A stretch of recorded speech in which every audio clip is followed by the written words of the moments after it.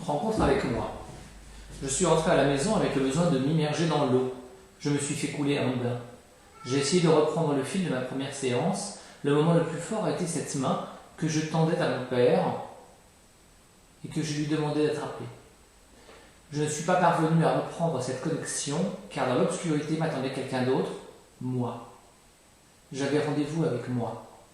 Le petit garçon blond, habillé de blanc et de gris, me tendait la main avec un air si triste et si douloureux que lorsque nos mains se sont rencontrées, je reçus toute sa peine, tout son chagrin, toute sa douleur. Je me suis mis à pleurer. Durant toute la promenade que nous allons faire ensemble, je vais sangloter dans la baignoire, pleurer à larmes déployées, j'en ai encore mal à la tête. Nous sommes partis main dans la main, sans se retourner. Nous avons franchi le grand rideau noir et nous sommes retrouvés sur la plage. Elle était voilée, brumeuse et blanche comme l'était son âme.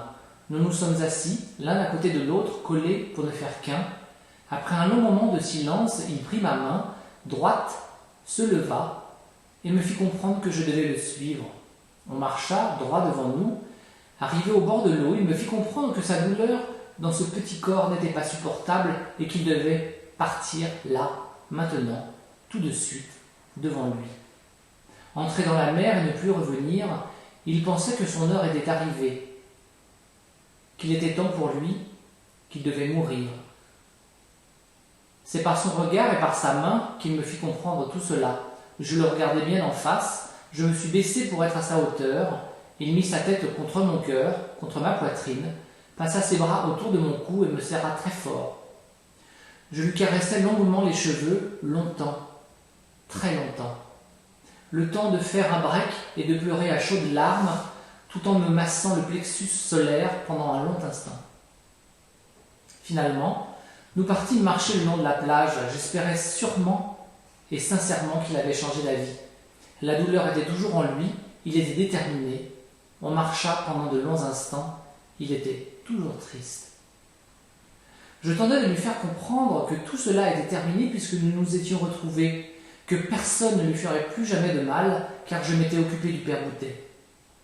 Mais il ne changea pas d'avis, ni de regard. Je me suis assis sur le sable, il ôta sa main de la mienne, je me suis senti perdu, je me regardais me perdre sans pouvoir m'aider. Il descendit jusqu'au bord de l'eau, je devenais fou. Dans ma main, je lui montrais des images de joie, de bonheur partagé, mais il s'enfonça dans l'eau et je sentis mon corps se noyer. Comme ce rêve que je faisais souvent lorsque j'étais petit, lorsque j'étais tout petit, lorsque j'étais lui. Je me battais en duel avec les mousquetaires du roi et immanquablement je me faisais tuer, toujours au bord de ce lac sombre, et tomber à l'eau, de sorte que je sentais mon corps s'enfoncer dans les abîmes. Lorsque j'arrivais au fond, après avoir ressenti cette étrange sensation de soulèvement de cœur, je me retrouvais dans son lit, dans mon petit lit d'osier. Eh bien, c'est à cet instant-là que nous nous sommes retrouvés, au fond de l'eau, connectés par une seule pensée unique, la nôtre. Alors la vie s'est emparée de moi, de nous ou de lui, et telle une baleine que j'ai vue surgir des eaux, cherchant l'air à tout prix, je m'envolais. Je l'enveloppais dans une serviette blanche immaculée de soleil, me pris par mes bras et m'éloignai au bord de la plage. Sa chambre était là, sur la plage, protégée par les dunes. Je le mis dans son lit, toujours protégé dans son linceul immaculé. Je lui certifiais qu'ici il ne risquait rien et que lorsque j'aurais refermé les deux grandes portes qui ne menaient nulle part, il serait le seul à pouvoir les ouvrir quand il le désirerait et qu'il pourrait sortir dès qu'il se sentirait prêt. J'ai franchi les deux grandes portes, je les ai vues se refermer sur moi, sur lui, sur nous. Et bien que les portes soient closes, je ne pouvais me voir, blotti dans mon grand drap d'éponge blanche. Dans le ciel, les anges ont ébroué leurs ailes, des milliers de petites plumes blanches sont tombées sur le sable et dans mon petit lit d'osier. Les plumes sont venues me caresser et me chatouiller le visage. Mon visage s'illumina et me mit enfin à sourire. J'arrachai mon drap d'éponge, sortis du lit et vola à ma rencontre, traversa la porte close et me sautai dans les bras. J'ai retrouvé le petit garçon que j'étais il y a environ 40 ans. La réalité de cette rencontre a été telle que j'ai pleuré pendant de longues minutes, pendant de longues heures, qui m'ont paru être une éternité. Si je tente de reprendre sa main, je suis submergé par l'émotion. Les ruines de ma vie. Durant de longues années, mes voyages nocturnes, mes rêves, ou franchement ma seconde vie, m'ont rendu propriétaire de lieux incroyables, de villas, de maisons, d'appartements, tous aussi énormes en volume que délabrés. Les espaces étaient toujours très hauts de plafond, les volumes des pièces importants et les travaux à y faire démesurés. En cette nuit du 18 février 2004, je viens de comprendre que ces lieux, paradoxalement aussi délabrés que beaux, également magiques parce que ce qu'ils pourraient devenir, n'étaient en fait que le reflet de ma vie. Mais ces lieux étaient tous vides, abandonnés, sales et sans vie.